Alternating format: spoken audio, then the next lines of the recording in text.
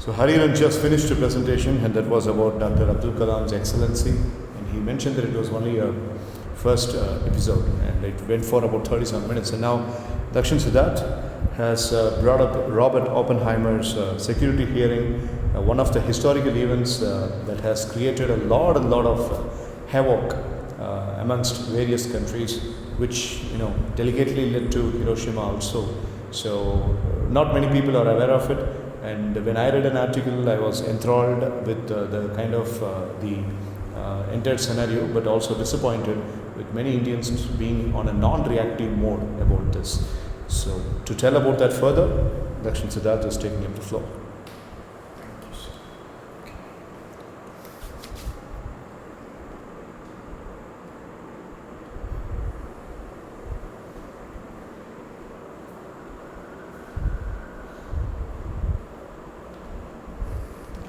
I'll change the slide for you. I'll change, sir. You change? Yes. Will you be able to read it? Yes. Standing Yes. your frame. Nearby bathroom, so that.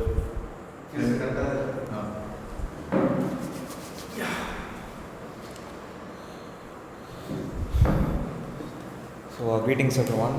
Today we're going to be looking at Oppenheimer security hearing.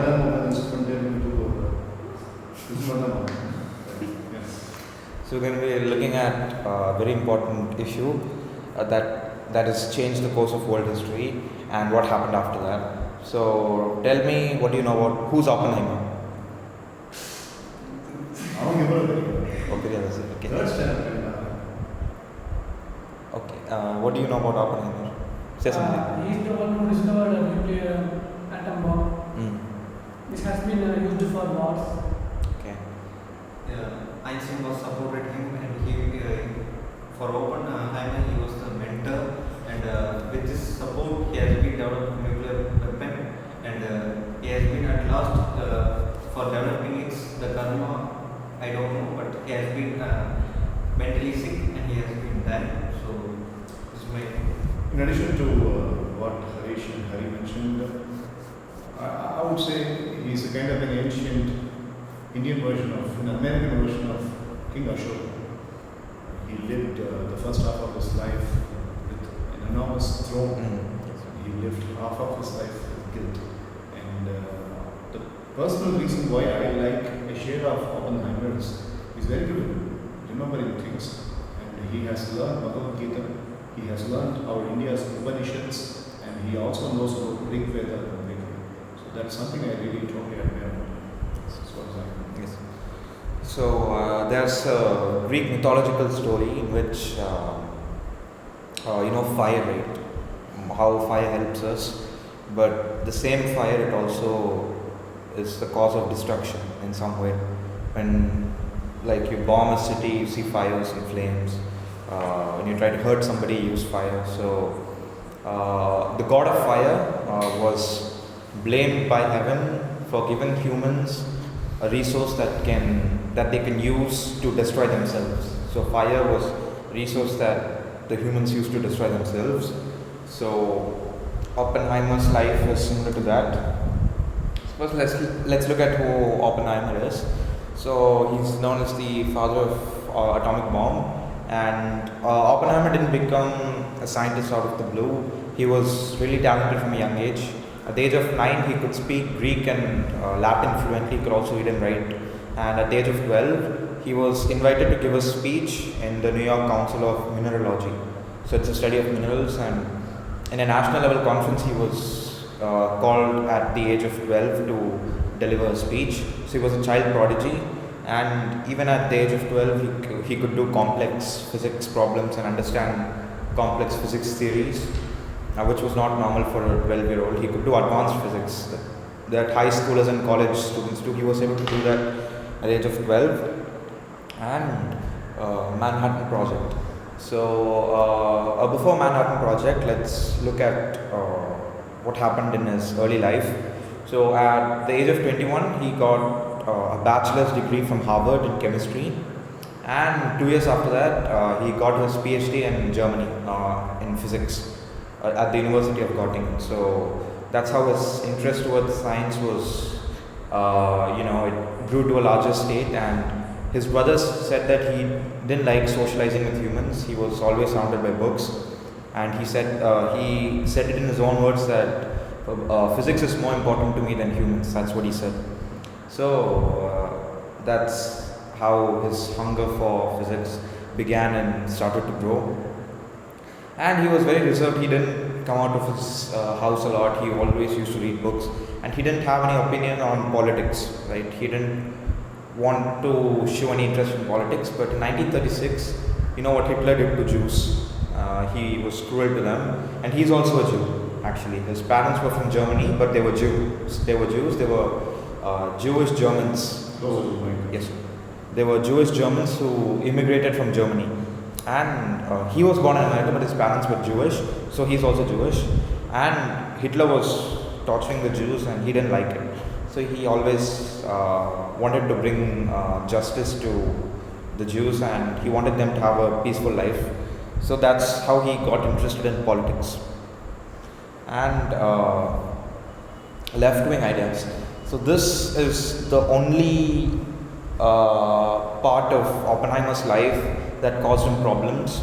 Actually, so left-wing ideas. What are left-wing ideas? It's basically communism, right? Communism is basically a belief that was most popular in Soviet Union back then, where it was believed that like if there is a government and it's taking funds from the people, right, in the form of taxes. Yes. So the government takes taxes from the people, and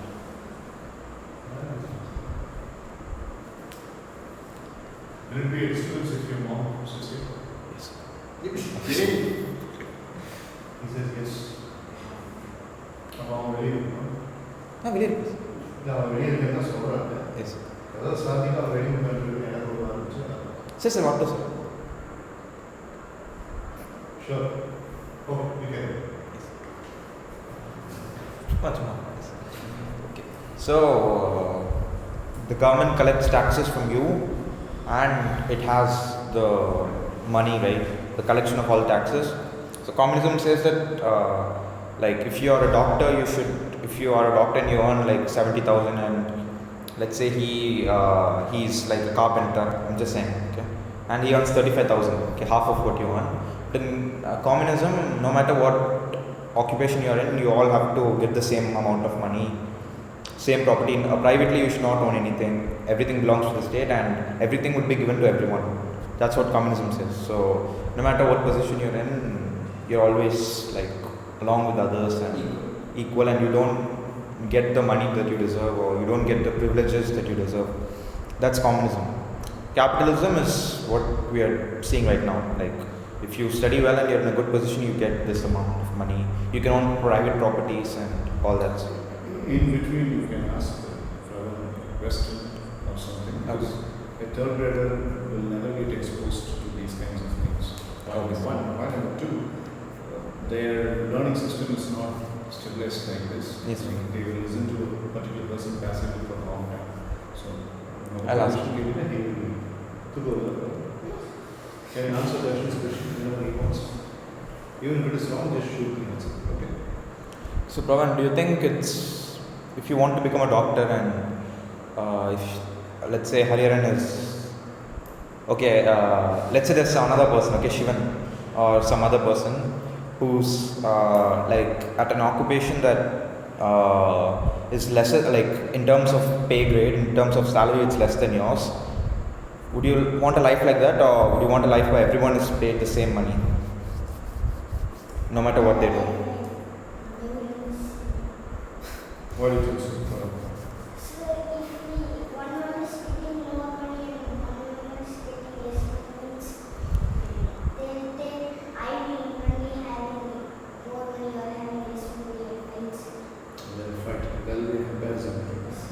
Good. You answered really well for the first question. Yes. Okay. So communism was not only going on in Soviet Union. There were a lot of other countries where people had some ideas. And Oppenheimer, he was not a communist, but he supported certain communist ideas. And his family members were part of they were members of a party, Communist Party USA. His family members, his wife and his brother were the part of that group. But he was not a member, but he supported some ideas, that's all, okay.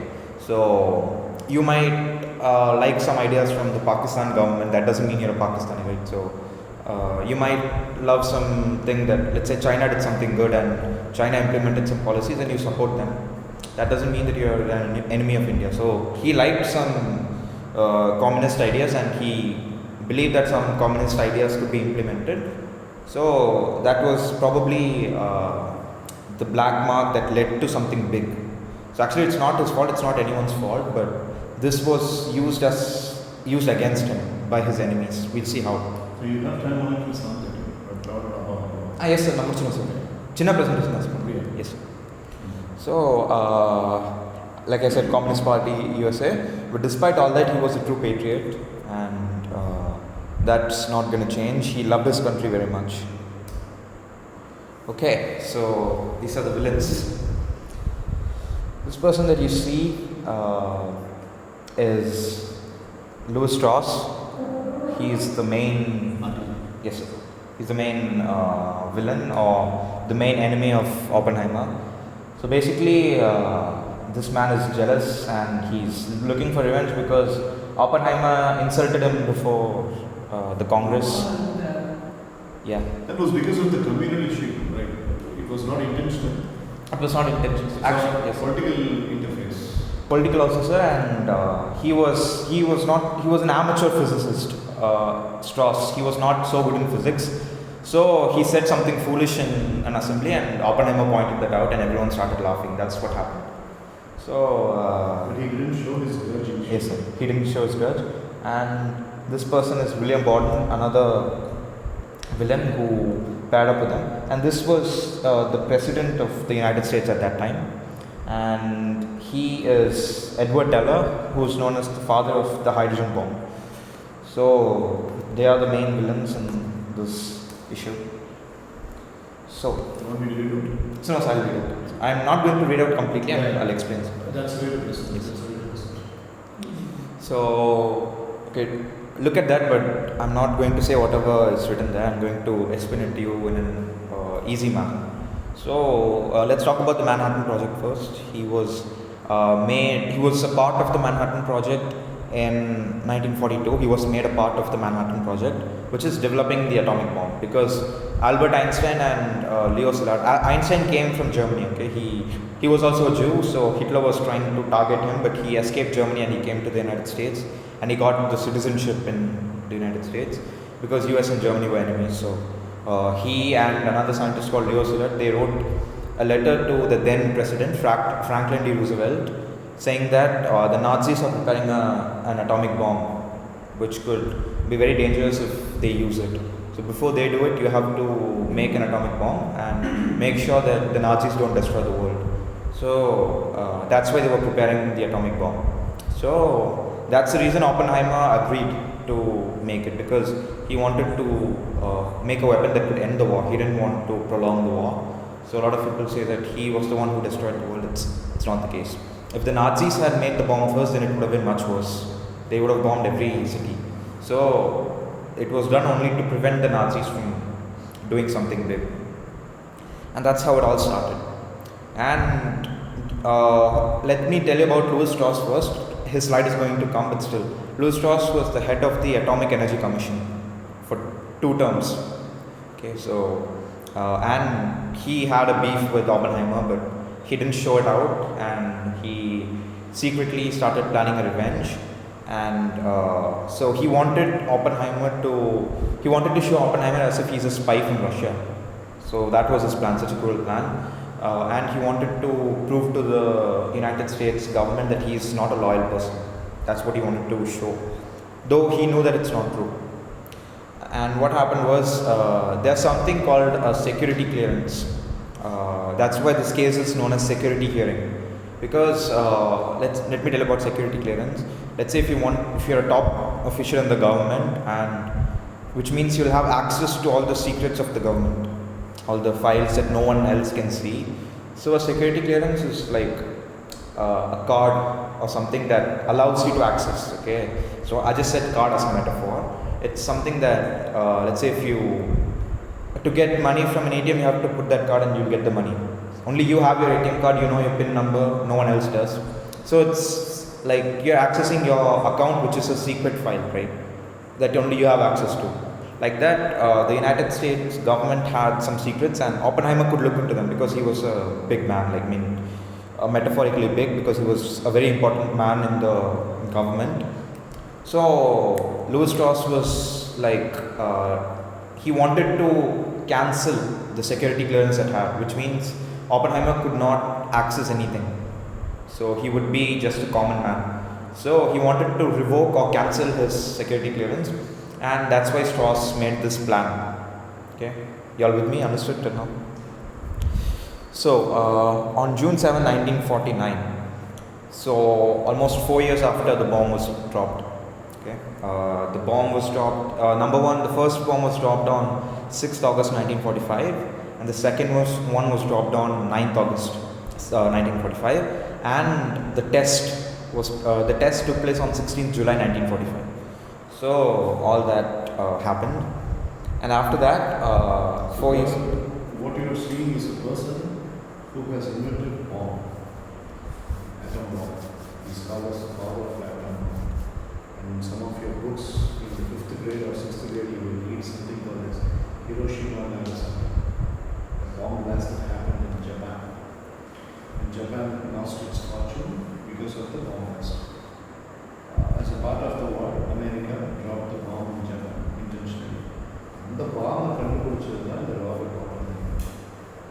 The Robert was there, or part of the bomb. It could actually doesn't mean it and the person. Okay, are you able to understand? Yeah. So when we talk about Oppenheimer, we remember he made the atomic bomb and all that, but we don't remember the atrocities that he faced in his life, and for the same country that he like almost sacrificed his life, because if there was a nuclear incident, then he would have died. Right, when he was making the bomb and something went wrong, he risked his life, and like 6 lakh people risked their lives to make that, and he was the leader of them, and look what he had to go through. So on June 7th, 1949, I showed the second man in the picture, William Borden, I said, right? So he was the head of the Congress Joint Energy Commission. It was another commission for atomic energy, and he was a member of that. And I didn't mention a name here, which is Edgar. Okay, Edgar was actually the person who found FBI. So at that time, J. Edgar. He was actually the head of the FBI, and William Borden called him and said that I believe that Oppenheimer is more probably than not, quote, a spy from the Soviet Union. Now, why did he say that? Because what was the motive of the atom bomb? Anyone? Why did they make the atom bomb? For creating the first atomic bomb. Yeah, to do what? To end the war, right? Yes. So that the war comes to an end. But because of that, some other countries started looking at the US and they're like, oh, they have this weapon, so we should also have it. And they started building their own weapons. Yes. So Soviet Union was one among those weapons, and because of that, the Cold War started. Okay. So because of the single weapon, another thing started, the race for armaments. So countries started competing for more weapons, especially US and Russia. They were like, who has more weapons? And that's how the space race started. And Armstrong went to the moon, and the US won the space race. So that single bomb, that single invention of him, like I said, it impacted the world, history of the world. I said in the beginning of my presentation that this man alone changed world history because of his invention, and that's how. So since Russia were also making the bomb, they used it as an excuse to blame Oppenheimer. And also Oppenheimer, I showed the third person in the image, right? Like in the collection of images, Edward Teller, hydrogen bomb, yeah. So actually when he was actually working under Oppenheimer during the Manhattan Project, their basic aim was to make an atomic bomb. This man came out of nowhere and he was like, if we make hydrogen bomb, it will be 400 times more destructive. And Oppenheimer was like, we don't have time for that, let's focus on what's important.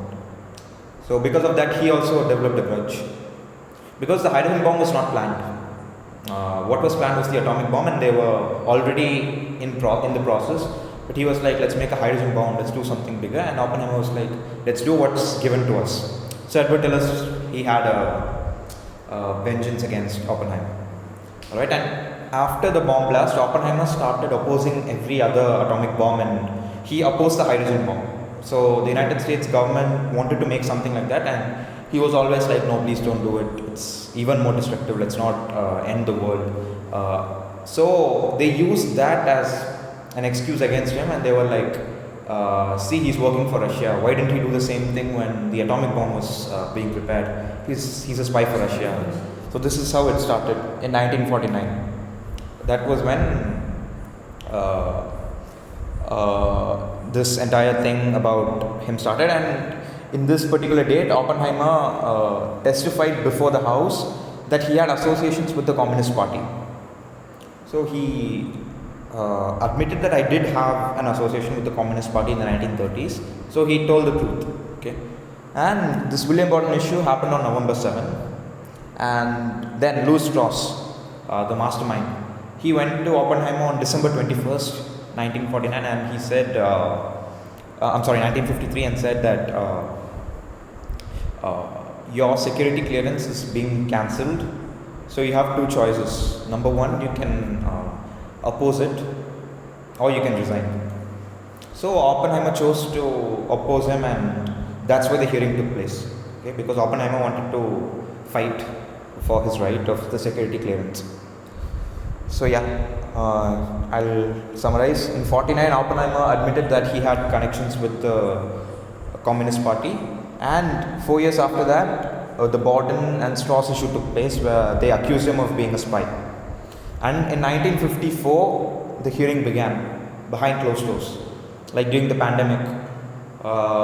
Like some sports leagues, in some sports leagues, people were not allowed inside. Only the players could play in a bubble, so it was behind closed doors. That's what they call behind closed doors. So this is Louis Strauss. Like I said, he headed the Atomic Energy Commission, and he hated Oppenheimer. He was an enemy of Oppenheimer.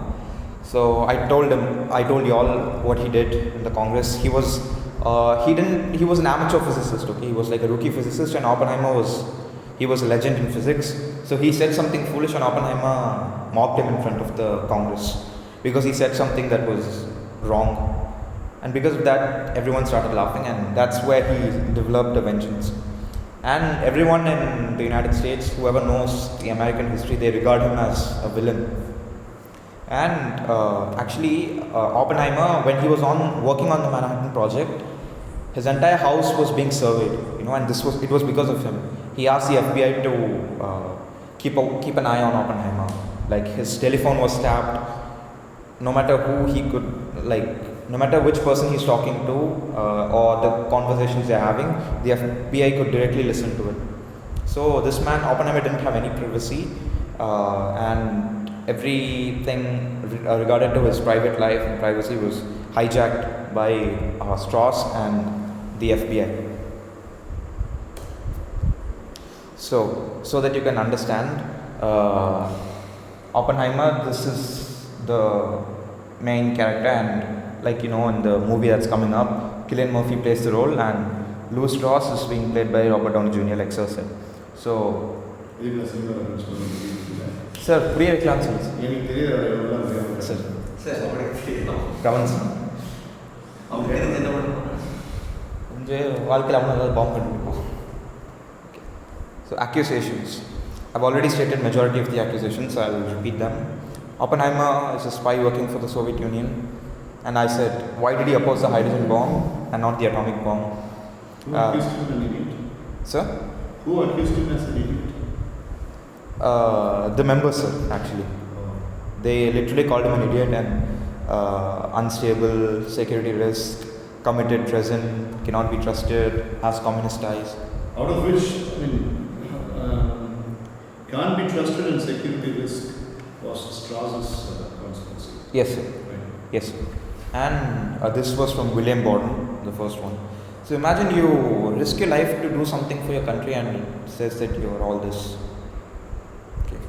And yeah, Edward Teller, this man, he's credited for developing the hydrogen bomb, but despite the fact that Oppenheimer mentored him, he testified against Oppenheimer. He said that in a great number of cases I have seen Dr. Oppenheimer act. I understand that Oppenheimer acted in a way which for me was exceedingly hard to understand. I thoroughly disagreed with him in numerous issues, and his actions frankly appeared to me as confused and complicated. To this extent, I feel that I would like to see the vital interests of this country enhanced, which I understand better. Actually, he was not from America, he was a foreigner, and he's speaking about this, and therefore trust more. In this very limited sense, I would like to express a feeling that I would feel personally more secure if public matters would rest in other hands. So he testified that Oppenheimer should not be given the security clearance.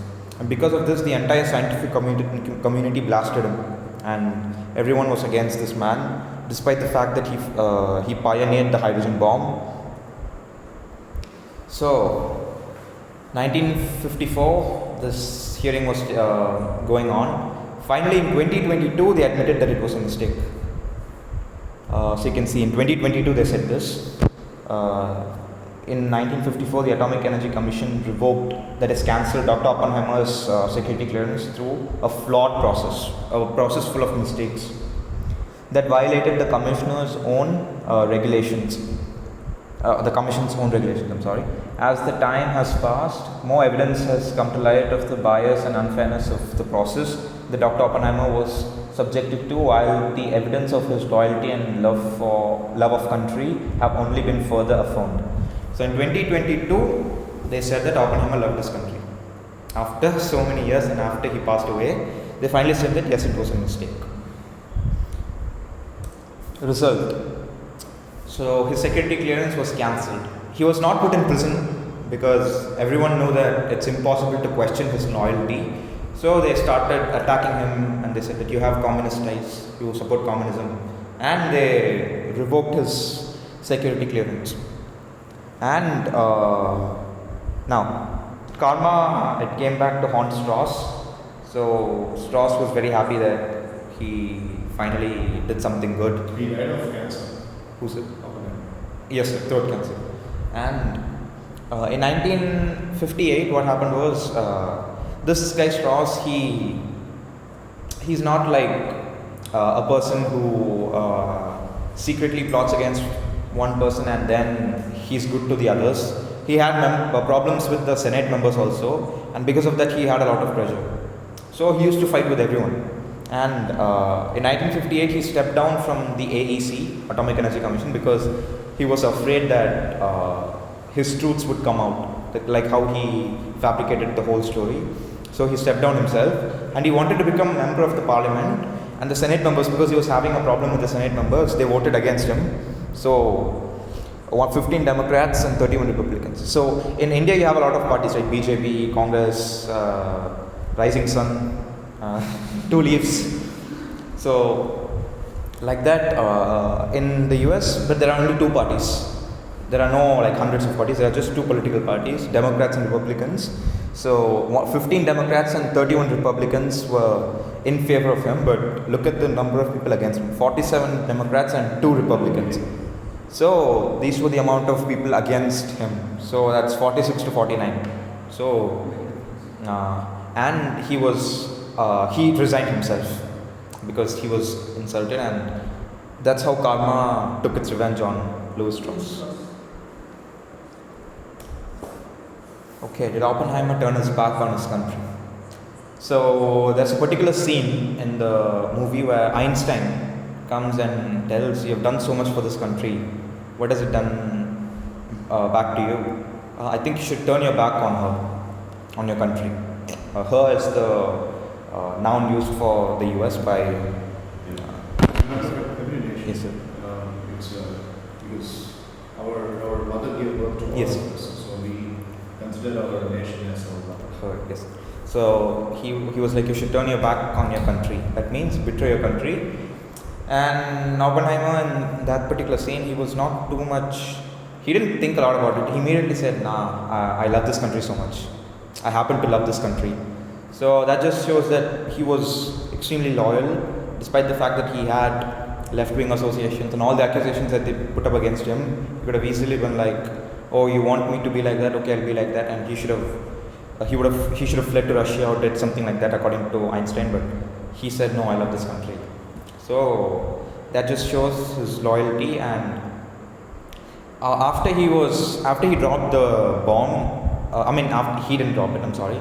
After his country dropped the bomb on Japan, he was invited by the president, Harry Truman.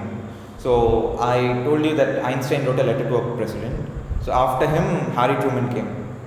So they were sitting, and Oppenheimer was shivering because just before coming into the room, he had listened about the number of casualties and what happened in Japan. So he was shivering. So Harry Truman was like, "Congrats, you're the most famous man on this planet," because his photo came on the cover of the Times magazine. So he was like, "Well done, and let's do more of this stuff, and let's create more weapons." Now Oppenheimer immediately said, "No, please don't do it." He started feeling that he is a mass murderer. Started having guilt that he is a murderer. Yes. And he said, "I feel like I have blood on my hands." So Harry Truman laughed, and he said to his secretary, "Take this crybaby out of here. Don't bring him back." That's what Truman said. Like, this is where the reference, like Arjuna cries to Krishna. What Oppenheimer does, Arjuna cries to Krishna, having blood in my hands. I'm fighting my own brothers, not only cousin, my own brothers. Krishna says it is not like that. It is a war, and in the war, as a warrior, you have to. Why are you called as a warrior? Warrior, you are fighting a war, and that's why you are called as a warrior.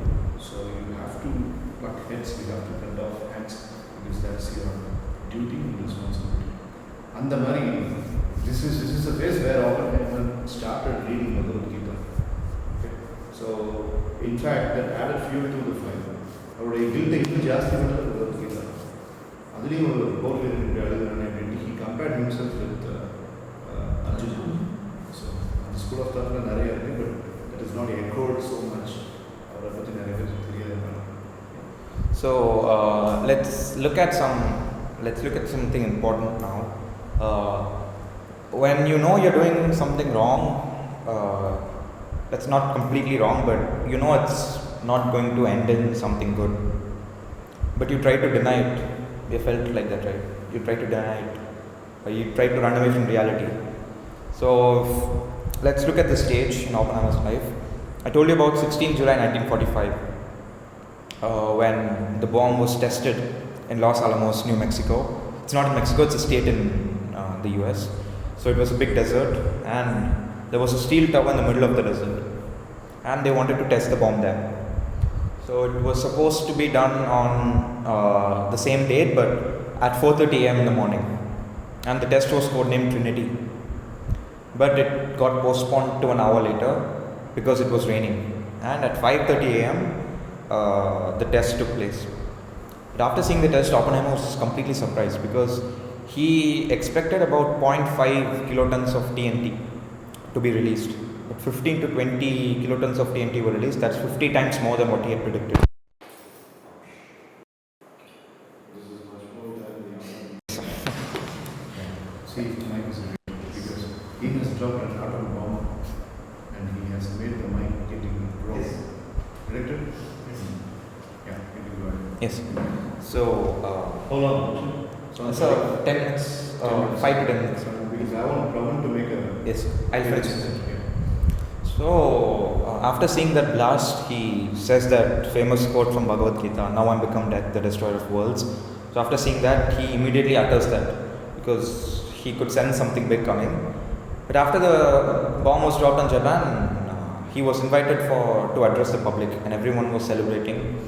And he tried to forget about it, and he happily said that I didn't know how many people died in Japan, but I know that the Japanese didn't like it. So he was very like authoritative, and he immediately affirmed to everyone that he was happy that the bomb was dropped. And he also said that the only regret I'm having is not dropping this bomb on Hitler. So that's another thing that he said.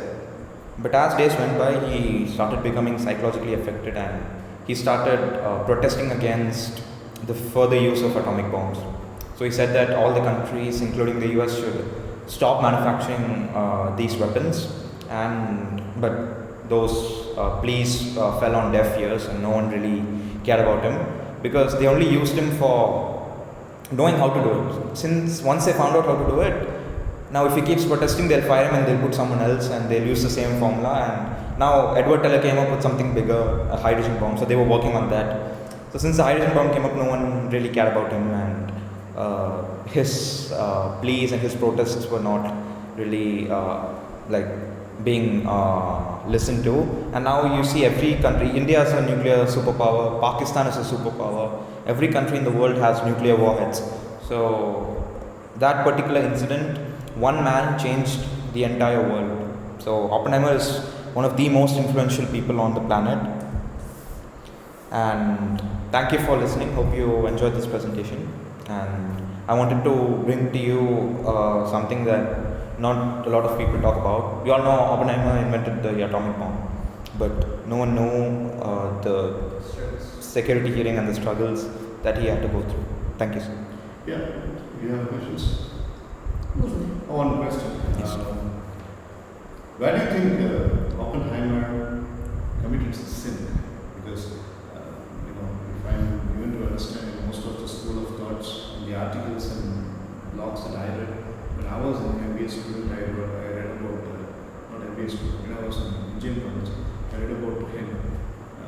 Why atomic bomb was invented. I had to search for it, and I came across his name, Oppenheimer. And that article mentioned that he was killing inside. He was killed inside, stating that he committed a sin. So, as a concept and presentation, you honor yourself. Where do you think Oppenheimer believed very strongly that he committed sin? Like, you yourself mentioned in the presentation that in the later part he started protesting against the atomic bombs and nuclear weapons. So, where exactly he committed a sin? I'm not asking where exactly he felt committed a sin. I'm asking you, where exactly you think he committed a sin? So I don't think he committed a sin, sir, because Oppenheimer also doesn't believe completely that he committed a sin. There was an interview where he was asked about this, and he felt that they asked, was the atomic bomb necessary? He said it was a necessary evil. So, yes, I'm making a reference about the bloody hands. yes, sir. Yes, sir. So he didn't feel like he committed a sin, but he felt guilty because somehow or the other it's connected to himself. Because let's say there are a lot of, let's say a man found the gun for the first time. We use it to kill people. So that doesn't mean that the man has committed a sin, because we use the gun for something good as well, right? So Alfred Nobel, he invented dynamite, and the Nobel Prize is named after him. And what does dynamite do? It was an explosive back then. Yes. Sharp logic. I accept that. Then why did he feel so guilty in the second phase of his life? So after all, he's a human, and if he sees that his invention is, which he had with a good intention of ending the war, it somehow or the other it's being used to spread violence, then he'll have a guilty feeling inside him. So that's what he had. Because if the Nazis had dropped the bomb, things would have been much worse. Because if Hitler had found, and his team had found the bomb first, then it would have been much worse. But I want you to make a comparison between these two people. Hitler and Oppenheimer. Hitler, who never had any sort of repenting for yes, killing so many people and putting so many people in the slavery, and this person, inventing a weapon and being very guilty about the weapon killing so many people. What comparison do you have between Adolf Hitler and Robert Oppenheimer? so they're like polar opposites. Oppenheimer is, I never liked Hitler, and you also don't like Hitler. Yeah. So nobody likes him. But Oppenheimer is the exact opposite of Hitler. He was The only thing that's like people are talking about is that he smoked a lot. It's his private life, let's leave that, but let's look at what he did for the society. And he was a good man, he had a good heart, that's for sure. A lot of great people smoke and drink, it's not a big deal. But let's look at what he wanted to do for the society, and he could have easily sued Strauss for fabricating all this, but he left it. He didn't do it. So he was happy that he served his country in some way, but he was guilty because a lot of people died. So, but Hitler was not like that. He believed that his race was the superior race than the other people. He was a ruler. This man was an inventor. Yes, an inventor, and he was actually good. So he was a good man, and still now, everyone feels bad about how he was treated at the end of his life. It took so many years to acknowledge that the procedure was a flaw. After so many years, when did he died in 67, and they admitted that it was a fault in 2020. So that's almost like 53 years later. That's what triggered Mr. Nolan to take over. Yes. So that's like 55 years after his death, they are finally acknowledging that he didn't commit any treason. Yes. Fantastic. Beautiful case analysis. Thank you, sir. And a fabulous reminiscence of a wonderful personality of United States of America. And he is one of the feathers of the United States of America's cap. And also the world, sir. Also the world. Very well. Thank you, sir.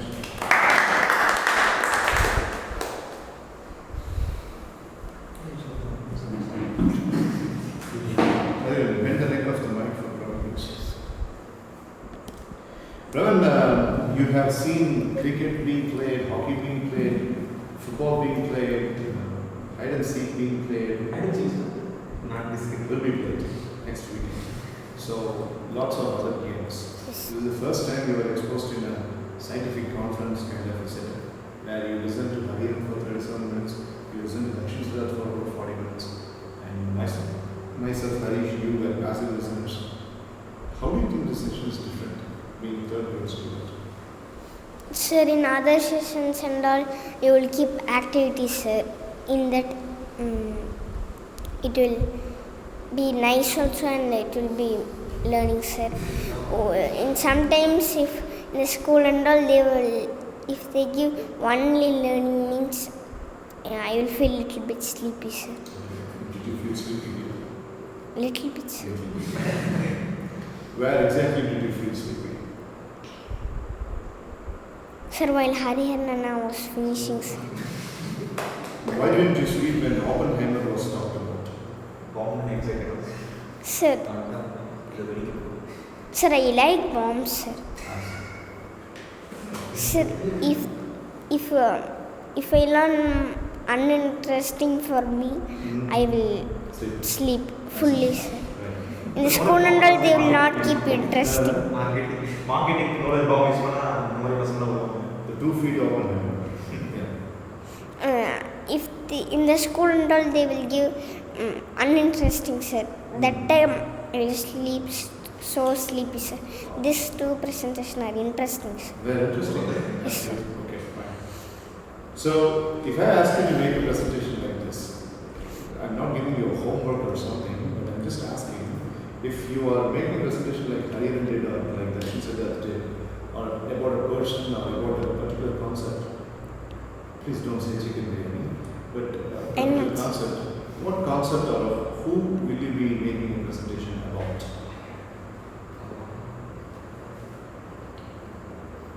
Any presentation that should last for at least 10 minutes or 15 minutes. What would you speak about? Preparing a PowerPoint presentation or without it? No problem.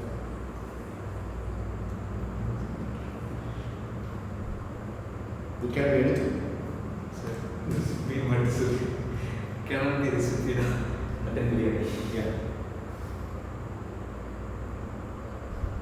So I will talk about a person which I like. Which person? Sir, cricket player or football player, someone. Okay. So if you are talking, you can very well talk, but come with a lot of data. The presentation should last at least 10 minutes. Okay. Because if you see about 3/4 of an hour, these 2 boys have taken. So in the coming weeks, years, they will get more than 30 marks or 40 marks for the presentation. And Harish is going to make a presentation as well. So you and Shivan are participating, but this week Shivan does not come. So CRS is going to be finished. After 75 sessions, CRS is going to be finished. Okay.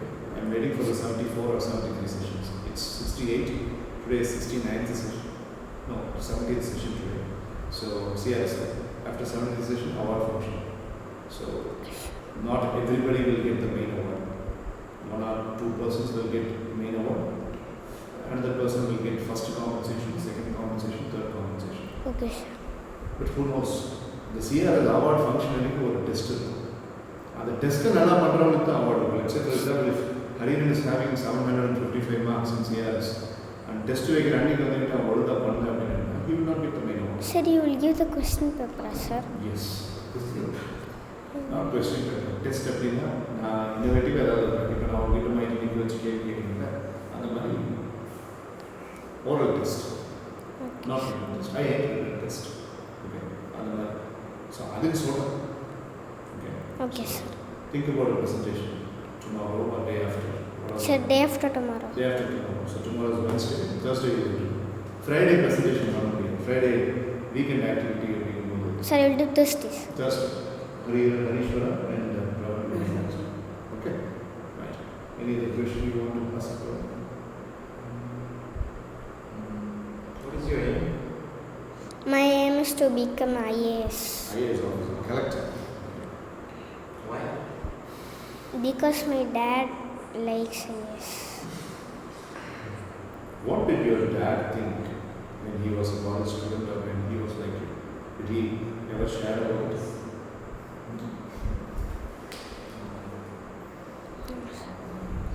Your dad always wanted to be one thing and he is that. What is it? ஒரு விஷயமா ஆகணும்னு ஆசைப்பட்டாரு. இப்போ ஒரு அலுவலகத்தில் என்ன?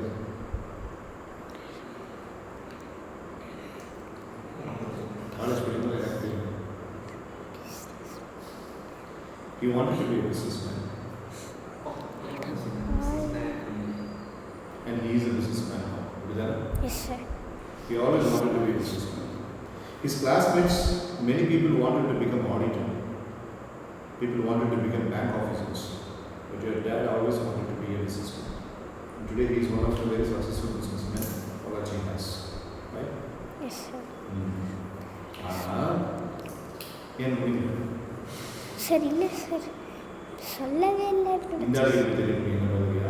Sir இல்லை sir, நீ இன்னும் எப்படியும் உங்ககிட்ட சொல்லியிருப்பாரு. 5th, 6th, 7th நீ வந்த பிறகு நீ குட்டி பையன் அதனால சொல்லியிருப்பாரு. உனக்கு தெரியும், கொஞ்ச நாள் உனக்கு தெரியும். ஆனால் அவங்க அப்பாவுக்கு பிஸ்னஸ்மேன் ஆகணும்னு பிடிச்சதுக்காக திரு பிஸ்னஸ்மேன் ஆகணும். அவருக்கு பிடிச்சதுனால பிஸ்னஸ்மேன் ஆகணும். அந்த மாதிரி நீ அப்பாவுக்கு பிடிக்கிறதுனால ஐஏஎஸ் ஆஃபீஸர் ஆகிறதுக்கு பதிலாக உனக்கு என்ன பிடிக்குதோ அதுவும் நீ ஆகணும்.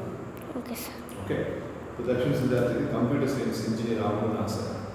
He is going to join computer science engineering. ஹரியனுக்கு எலக்ட்ரானிக்ஸ் ஃபீல்டு ஏதோ பண்ணணும்னு ஆசை. He is going to join electronics.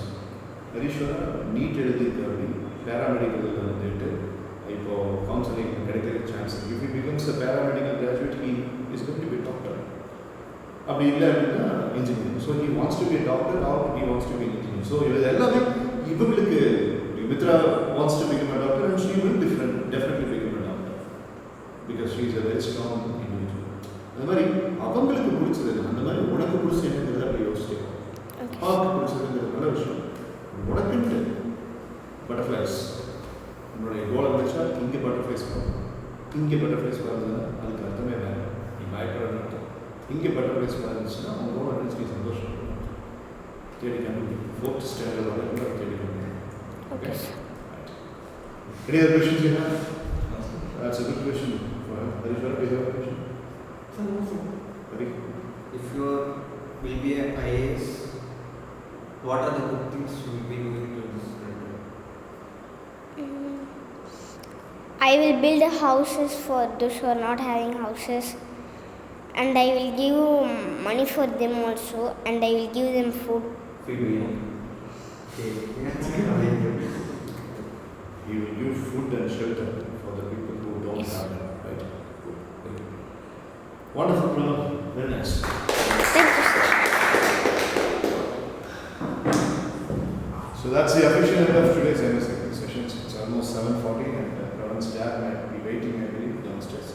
And tomorrow, Hariran wanted to make a presentation out of my video that I published in my YouTube channel today.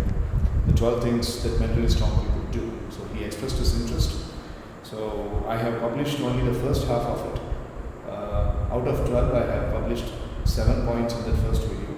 Part 2 video, tonight I will be editing, and tomorrow I might be posting, or day after tomorrow I might be posting. So he will be making a presentation on it tomorrow, on the first part. And you have to tell us how did you feel on the first day of the college tomorrow evening. Okay, right? Fine. So we are scrapping the boxing class tomorrow because he wanted to leave. We will focus. Thank you. All right. Thank you. So tomorrow class